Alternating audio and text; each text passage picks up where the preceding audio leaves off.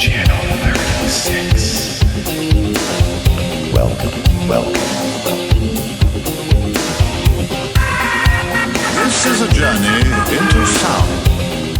It is time. Hey everyone, and welcome back to Channel 36.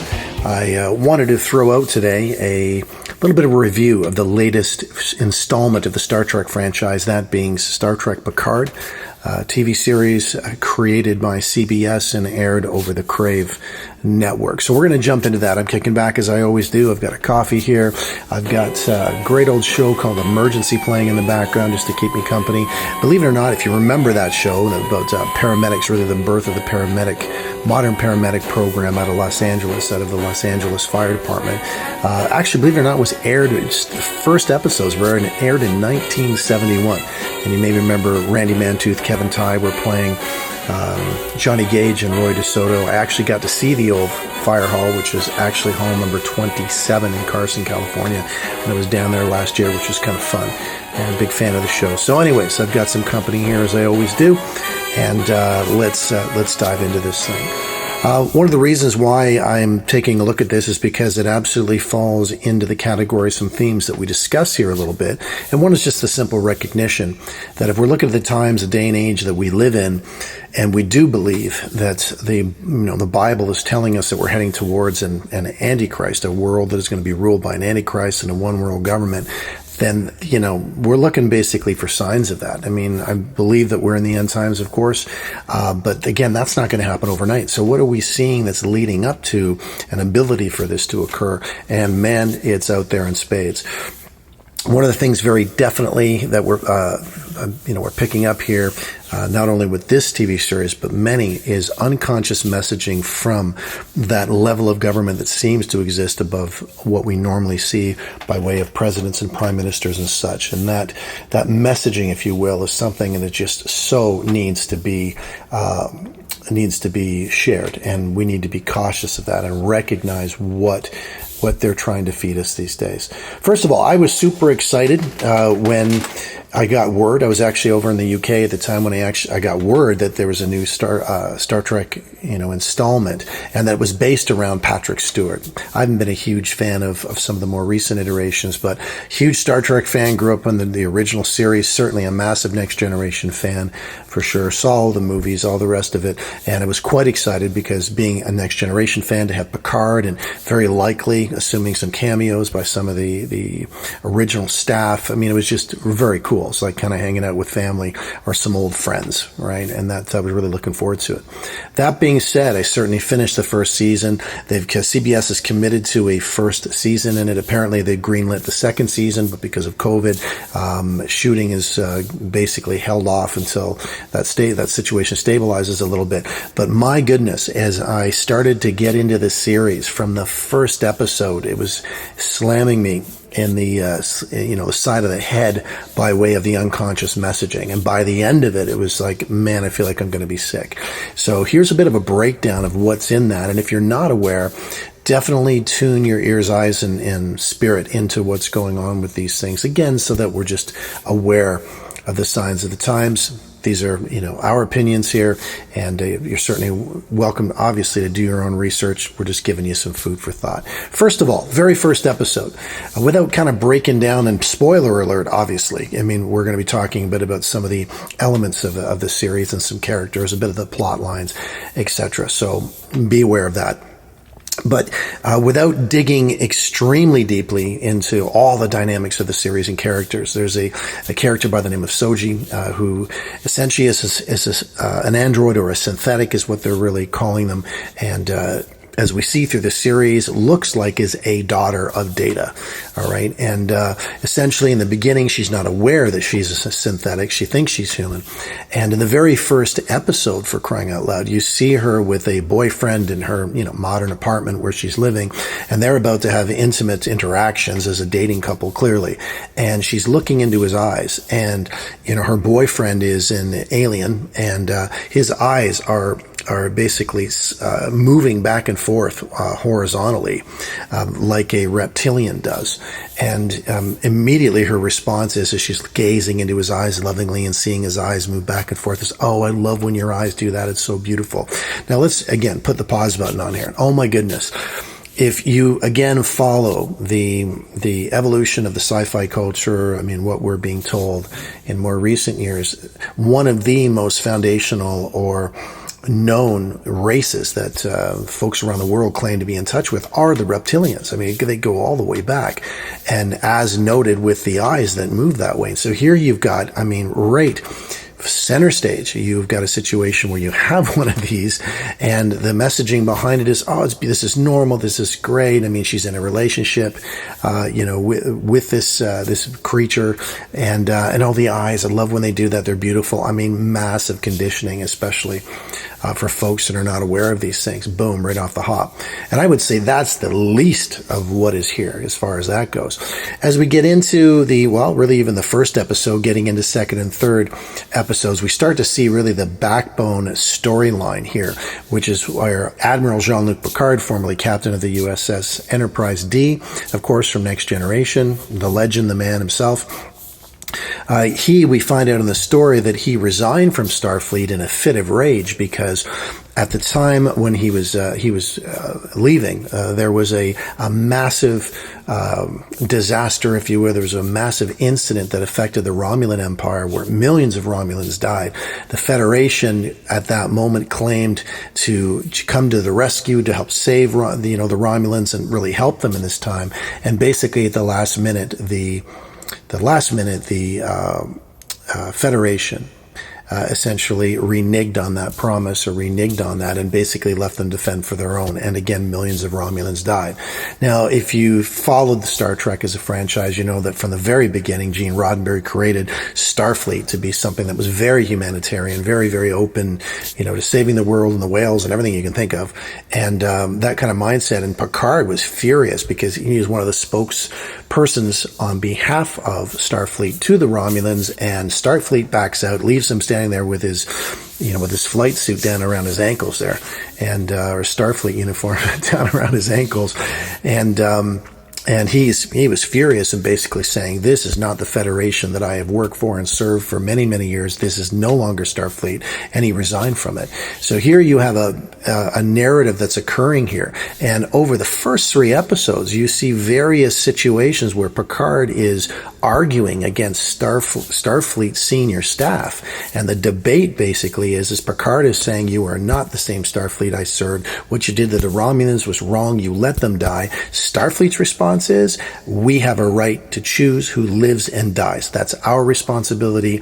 And for the betterment of all mankind, the universe, basically, we had to see, yes, it's unfortunate, but people had to die to see that, the entire universe is going to move on in a healthy way and the best way possible. Oh my goodness, that is the narrative of any individual, any organization, or any level of authority that essentially is looking, towards a deep state type mindset. The idea being, again, for overpopulation, humanity is completely messed up.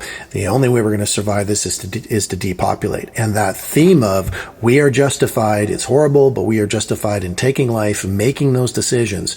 We're the real heroes. We've got to do this. Oh my goodness. It could not be more in the place of a backbone, storyline, story arc, or messaging here is right here within this plot. It gets even worse. Okay. I mean, if that isn't enough. Move further into the series. I won't get into a lot of the background, but essentially we find a representative of Starfleet, from the synthetic or the android research element of that. So they had Starfleet in San Francisco, essentially headquarters, has a division basically researching and developing, synthetic life. And so Data was killed, many years ago back in Star Trek Nemesis at that time period, and was lost. And Noonien Sung had been completely gone, or that's the creator of Data, is arguably his father. So they have lost all of that technology, and they've been trying to make up ground underneath Maddox, who is essentially a Starfleet officer, who even back to a Next Generation episode was dealing with Data, trying to research, to do tests on Data, studies on Data, etc. That's a whole thing. But in any case, so we have the Starfleet representative that is on a planet. And who comes into the storyline here but a flesh and blood relative of Noonien Soong. So another Soong, basically, and I believe is like an uncle or something. But the point is here, of course, you have Brent Spiner playing this. This human being looks like Data. And in this scene on another planet, you have the Starfleet synthetic, engineer standing there with, a relative of Noonien Soong, who's like pretty much the living expert now on synthetic life. And as they're talking, they're standing beside what looks like kind of a hospital bed kind of a thing. And there's a sheet, looks like there's a body underneath it, but a sheet. He stands there and says, look, I've got something to show you. He's talking to the Starfleet representative. He pulls back the sheet, and here is a flesh and blood body lying there. Its skin is transparent, so you can see the arteries and veins and skull, but it's basically, and the response from the Starfleet officer right away is, oh my gosh, you've created a golem. That's incredible. And her immediate question is, my gosh, have you been able to transmit intelligence yet, or consciousness into the golem? All right. And essentially, Noonien Soong's relative there basically says, no, we're not there yet, but we're really close. We're really close. Okay, so you might look at that and go, okay, well, that's just a bunch of sci-fi, babble. What does that mean? Okay, it means a tremendous amount. It's literally my stomach almost turned at that point. And let's press pause and let's give you a bit of background on the occult, the development of the occult, and arguably the development of the occult at the exact moment that the massive science fiction and UFO craze went crazy in modern times. First of all, I would argue that the birth of the modern UFO phenomenon and the birth of a much larger era of activity demonically around this stuff was 1947, just after Roswell, New Mexico. Well, definitely after that time, certainly post-World War II. Operation Paperclip, that almost everybody knows something about today, where the U.S. government rounded up a whole bunch of Nazi scientists, gave them new identities, passports, etc., gave them new lives, brought them over to basically get their research and their technology. Werner von Braun, of course, being the Nazi rocket scientist. Basically, the U.S. program just took the Nazi flag off it and slapped on an American one, and von Braun was in the background. One of the most notable personalities in the Manhattan or nuclear project, all right, was his name was Parsons, Jack Parsons. Parsons is part of a group of Nazi scientists that were deeply, deeply involved in the occult. We're not talking just a little fascination with it. They were deeply involved, in the occult. So this group of Manhattan Project Nazi scientists that were in the U.S. working on this stuff, they were deeply carrying on occult rituals. That's what they did, and they just didn't do it on their Sunday, if you will. It was constant. Jack Parsons, they believe, was essentially part of a group that got very, very deeply into rituals that very possibly had not been done since the flood, arguably. I think, and there's a backdrop on that as well. But the idea being is through deep sex rituals and so forth, he rebirthed a ritual called Babylon Rising. And within that, what they claimed to be able to do, listen to this, what they claimed to be able to do was to take basically dead human matter, dead animal matter, and transmit intelligence and consciousness, a soul, into it, and where the eyes would glow, and it's through very deep, dark, satanic sexual rituals and different things. Okay, so we have that going on. And they called these things golems. They literally called them golems. So, and at that moment, it is believed by many that there was something that was breached in the spiritual realm permissions, because humans have a certain level of authority in this world, especially to open doors to the demonic. There was another level, doors that were opened and things came in, or basically traffic began in a deeper way to go back and forth demonically through the dimensions at that time, when this golem creation of golems, Babylon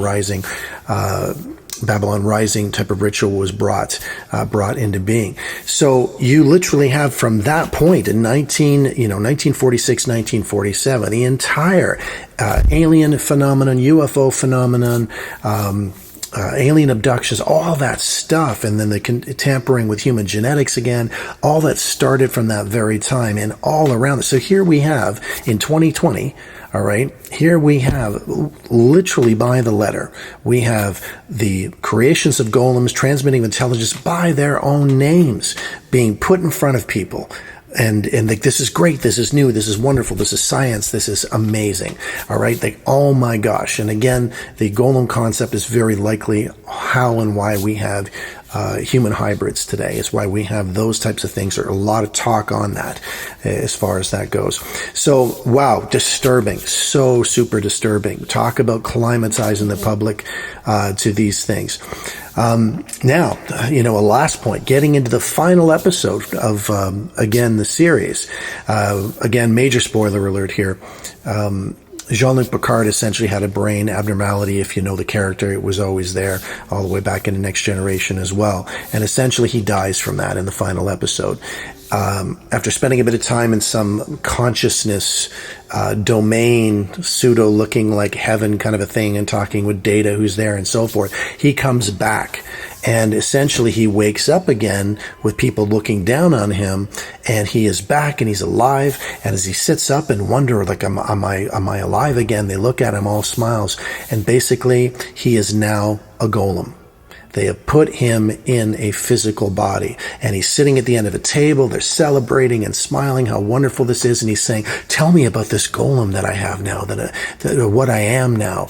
And they're basically then describing in this warm, cue the warm, cheesy music and all the rest of it, how, you're this body you have now, your consciousness is now in it. And it has about the same lifespan as you would normally have had, aside from that brain normality, et cetera, and everybody's an absolute wonder, and it's an amazing thing. Picard himself is a golem. Oh my goodness. I mean, get your head around that connection and how deep and dark that is. I mean, goodness me. And so pertinent to the day and age that we live in. I also find interesting as well that, a golem is just a slight change in pronunciation to Gollum from Lord of the Rings. And what was Gollum in Lord of the Rings? This pseudo weird hybrid creature that was affected by the ring, very demonic in nature and all the rest of it. And it's called Gollum. Like, my goodness. Again, we see links to these things in a modern context. So, I mean, as far as the series goes, yeah, I loved, there's some definite appearances by some of the old Star Trek cast. I thought they did that well, actually, and they didn't just make it like a reunion series, not at all. I enjoyed watching a number of the different elements of it, like some of the new casts they've got on it. But again, from the side of the spiritual element of this and the messaging, just extremely disturbing. So folks, again, for your consideration, just be aware, be sensitive to the things that are being shoved at us, because through media especially, because these things, I believe, are indicators of the day and age that we live in. All right. God bless, guys. Be safe out there, and we'll talk at you soon. Channel 36.